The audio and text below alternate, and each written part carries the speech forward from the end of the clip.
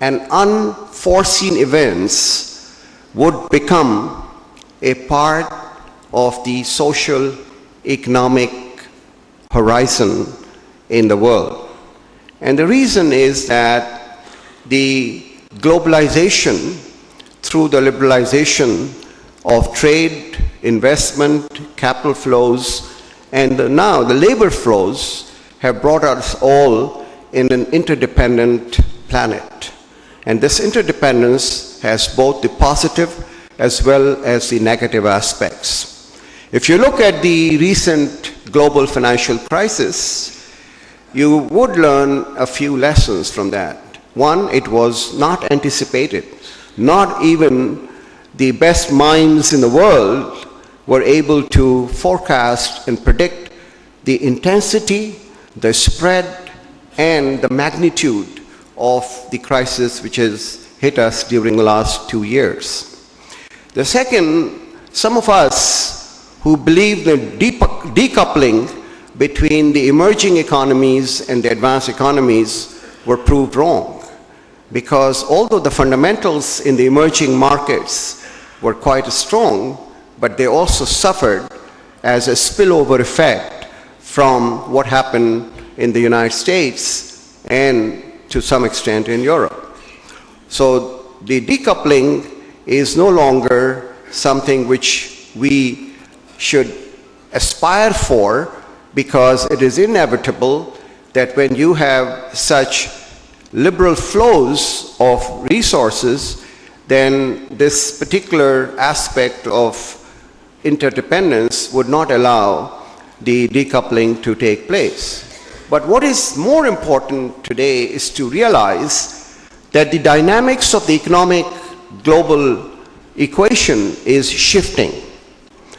And the three big countries of Asia, China, India, and Indonesia, have actually been in the vanguard of the resumption of economic growth, while the advanced countries are just getting out of the real economic downturn. These countries, the three large countries, having a population of almost 3 billion people, which is a very sizable population, are providing the impetus for the resumption of the global economic growth. 8% in China, India 8%, and some people are talking about 10% in a few years, Indonesia 6 to 7%, while the OECD countries as a whole are just stagnating, and the US has just started coming out of the recession. So going for the future, you must realize that there is going to be a shift in the economic power balance, and we in Pakistan must recognize this reality and position ourselves in this perspective. The other lesson I would draw from this global financial crisis is that countries like India, Pakistan, Bangladesh, China have come out very much unscathed from this crisis. And the reason was that unlike the advanced countries where market fundamentalism had taken hold, we followed a policy of cautious liberalization and very strong regulatory oversight. We did not indulge in the kind of exotic products like the CDS and the collateralized debt obligations and all kinds of complex derivatives which really brought grief to the advanced countries, because the regulators here in these countries were very tough. And perhaps the Western countries should learn from the regulatory oversight and the prudential norms which the Asian countries have been able to establish during the last 10 years. The third characteristic of the global economy, and particularly for the CFOs, is the huge information explosion which is taking place. And the speed of this explosion is exponential. And that you can realize what kind of challenges it faces for you to sift out the right information and advise the management of your companies to take the right decisions. If you do not mine the data and you do not sift out the chaff from the grain, then you are going to bring a lot of grief to your own companies. And the sanctity of the profession of the CFO is going to be impaired. So it is a heavy responsibility about that what you were doing in the past is not the way you're going to do your job in the future. And let me elaborate on these points. There are 5 ways in which the role of the CFO has to change in the future in order to meet these 3 challenges. The first of all is that you have to get out of the short-term quarterly reports, annual financial statements, and look at the long term.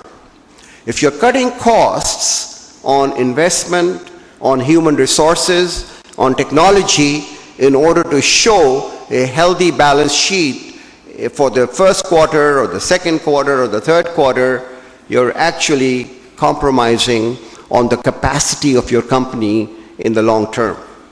And I have found this persistent tendency among the CFOs who are too much preoccupied with the short-term profits and the short-term considerations as for the balance sheet. You have to look at the productive capacity expansion of your company as far as the time horizon is concerned. Therefore, please do not, and I repeat, do not just consider your or tap yourself on the back by saying that, look, I have created so much surplus for my company, while what you're doing is that you are completely eroding the foundation upon which the superstructure of your company is based. The second point is that we have to get away from the shareholder maximization model to a more broad-based stakeholder maximization value model, which means that it is not only that you work in your company as a CFO to help the shareholders, but you have to work for the society, you have to work for the employees, you have to work for the people who are benefiting from your products or your services, which is your customers. And that, to me, is a mindset which does not exist, not only in Pakistan, but in many other parts of the world. So this shift from the narrow focus on maximization of the shareholder value to a larger stakeholder value maximization is something which CFOs have to consider very seriously and have to imbibe in their own mindset and the practices. The third is that we have to deviate and make a departure from the single bottom line to a triple bottom line. The environmental and the social issues which are becoming so overwhelming for the future sustenance of our planet, that if we ignore them and we are only looking at extracting the natural resources or converting the natural resources into products, depleting and harming the ecology and the environment for the future, then this is again a very myopic view of the world. So what you have to do as CFOs, and you should be trained for that because it's no fault of yours,